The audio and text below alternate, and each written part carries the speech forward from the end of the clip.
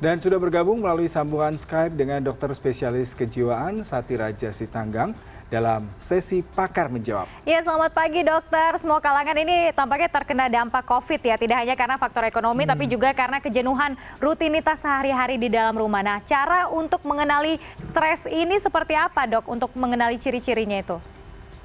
Mengenali ciri-ciri stres ya Mbak ya? Oke, sebenarnya kan kalau situasi sekarang ini, stres itu terjadi karena adanya perasaan insecure, terancam gitu ya dengan situasi yang terjadi sekarang ini. Jadi semua orang, seluruh dunia juga merasakan hal yang sama. Sebenarnya itu hal yang masih wajar dan manusiawi. Bahwa kita merasa ada sesuatu yang tidak nyaman, membuat kita tidak nyaman, sehingga kita terdapat reaksi secara psikologis gitu. Cuma sekarang adalah bagaimana kita menyikapinya. Kadang-kadang ada dua memang cara. Yang pertama, apakah kita reaktif? Yaitu reaktif itu kita langsung, impulsif ke sesuatu, kita nggak mikir dulu, langsung bersikap atau bertindak sesuatu yang kadang-kadang ya berlebihan. Seperti yang kemarin sempat panik buying atau dan sebagainya. Yang kedua, kita responsif. Responsif adalah bagaimana kita mengukur segala sesuatu, memikirkan dulu dengan baik.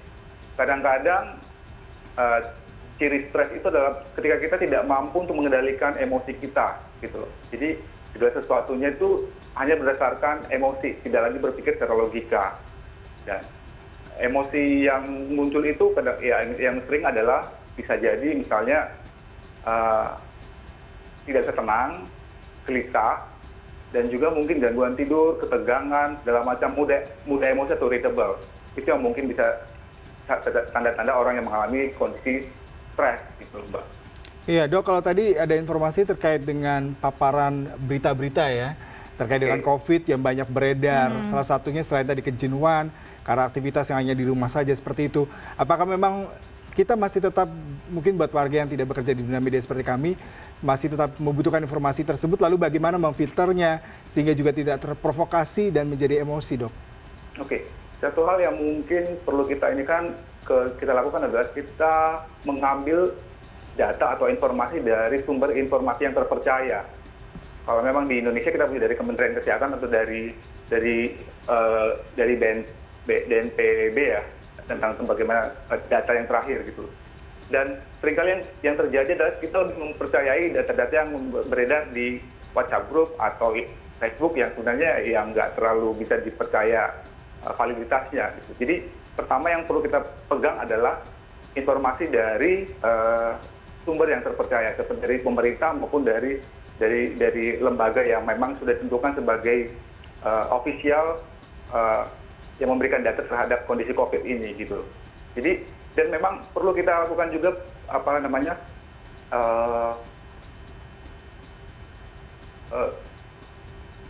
maksudnya kita lakukan suatu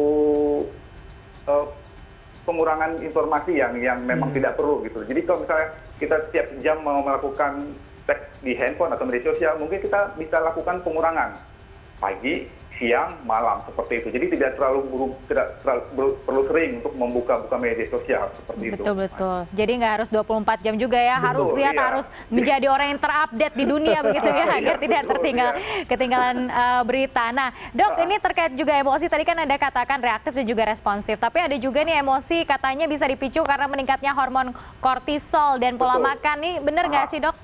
Betul. Karena memang kortisol itu hormon stres. Jadi yang tadi saya bilang, jadi di otak kita itu ada pusat stres atau ketakutan ya, nama amigdala di tengah otak gitu. Jadi itu yang tadi saya bilang yang shortcut. Ketika ada stresor atau kita merasa terancam, ketika itu tertrigger, semua aspek di tubuh kita akan tertrigger juga, termasuk adalah hormon di kortisol yang berasal dari kelenjar adrenal atau ginjal. Nah, kortisol ini ketika terlalu banyak itu akan mempengaruhi seluruh aspek di tubuh kita termasuk otak kita. Otak kita jadi lambat, jadi gampang terpengaruh.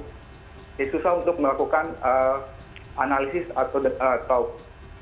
atau bagaimana kita menyikapi sesuatu dengan baik gitu loh. Nah, kortisol ini juga sebenarnya secara umum itu bersifat baik. Itu membantu kita ketika kita daya tahan tubuh ketika misalnya gula kita rendah, kortisol ini justru membantu supaya kita tetap gulanya tidak drop. Tapi ketika kondisi kortisolnya terlalu banyak akibat stres, itu yang berdampak buruk. Kita jadinya bukannya tenang, malah lebih agitatif atau gelisah. Seperti itu, Mbak. Lalu dengan pola makan itu ada kaitannya seperti apa, Dok? Pola makan kaitannya adalah dengan konsumsi karbohidrat dan gula. Jadi ketika kondisi kita konsumsi gula yang tinggi, kortisol kita akan semakin tinggi gitu. Jadi diharapkan ketika kita misalnya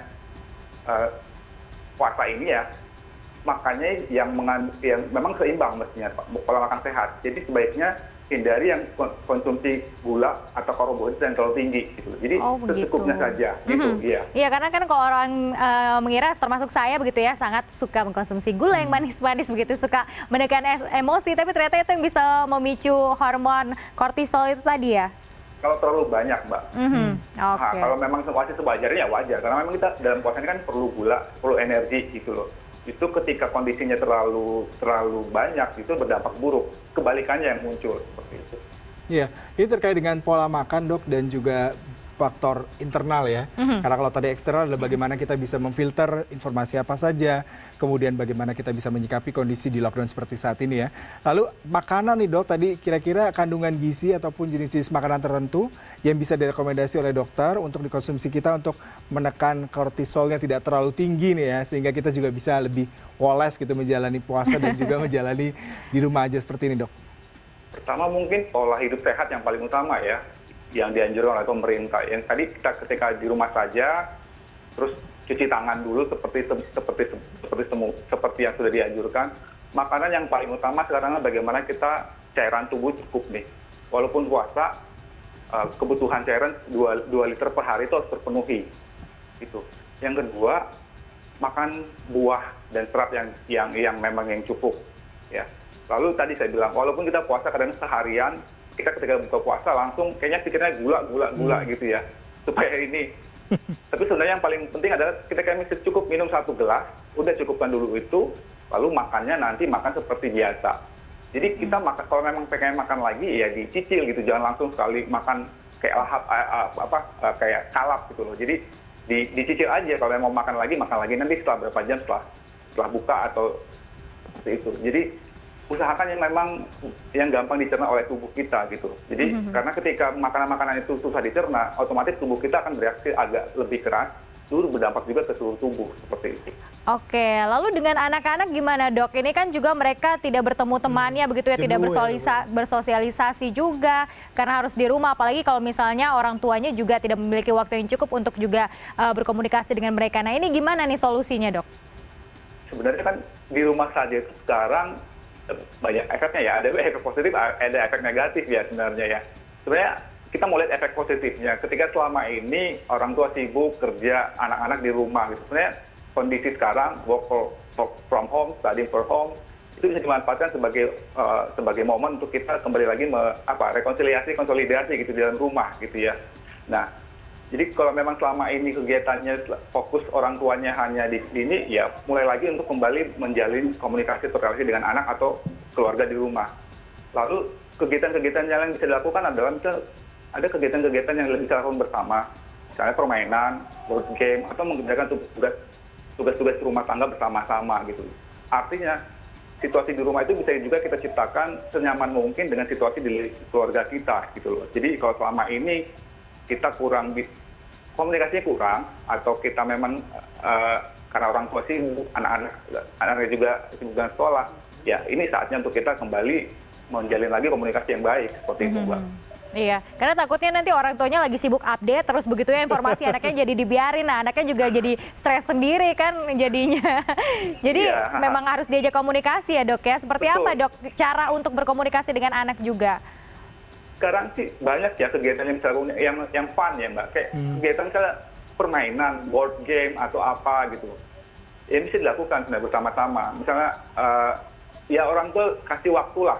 Jadi jangan terlalu sibuk dengan urusan sendiri gitu loh. Jadi orang tua yang tahu selama ini bagaimana sih hubungan saya dengan anak saya di rumah gitu loh. Sebenarnya ini kesempatan baik untuk kita untuk kembali lagi menjalin komunikasi dengan anak. Jadi permainan atau kegiatan bersama, masak mungkin, makan bersama seperti itu. Jadi bersih-bersih rumah bersama-sama, bagi tugas Itu yang bisa kita lakukan. Jadi hal-hal yang memang selama ini jarang kita lakukan bersama, mulai lagi kita lakukan. Seperti itu, Mbak. Baik, Dokter Sati, terima kasih sekali untuk perbincangannya kali ini ya. Karena Sama-sama. banyak insight positif terkait dengan kondisi emosi nih ya. Dan kalau rekan saya kemarin sempat emosi, mudah-mudahan tadi bisa dapat pencerahan. Rilis begitu. Mungkin ada tipsnya juga begitu kalau misalnya lagi emosi apa yang harus dilakukan, Dok? Iya, Relaksasi, Mbak. Relaksasi. Tarik nafas dalam Mhm. dari hidung, keluarkan dari mulut, ulang 10 kali. Nanti kalau memang belum reda, ulang lagi 1 set lagi seperti itu. Itu yang paling bisa dilakukan sebenarnya. Dan pakai hitungan, ada hitungan begitu ya, tarik nafas 10 kali detik. tarik nafas dalam dari hidung, keluarkan dari mulut. Oke. Jadi relax aja, tapi ambil posisi relax Mbak, senyaman mungkin gitu loh. Baik. Kalau Karena kalau memang apa, Dok? Karena kalau memang nggak rileks begitu ya? Jadi maksudnya misalnya Mbak ambil posisi yang nyaman, duduk di mana, mungkin Mbak punya spot khusus di kantor atau di rumah, ya, duduk di situ sambil tarik nafas dalam dari hidung, keluarkan dari mulut, ulang 10 kali, sampai Mbak ini kalau perlu pakai aromaterapi atau apa untuk mengerasa indera gitu loh. Gitu. Atau kalau pas malam sudah buka puasa, Mbak boleh misalnya ambil coklat tuh 1 potong, masukkan di mulut sambil relaksasi, biarkan ininya lumer sendiri, rasakan teksturnya, rasanya semua sampai Mbak merasakan lebih tenang seperti itu. Itu cara yang mungkin bisa dilakukan gitu. Betul. Menarik sekali tipsnya. Terima kasih dokter. Kalau Lady mudah-mudahan nggak cuma bisa 1 bar sendiri dokter. Jangan sampai ya, nanti tanpa terasa saya makan coklat terus begitu sampai 1 bar coklat Terima kasih dokter buat perbincangannya pagi hari ini.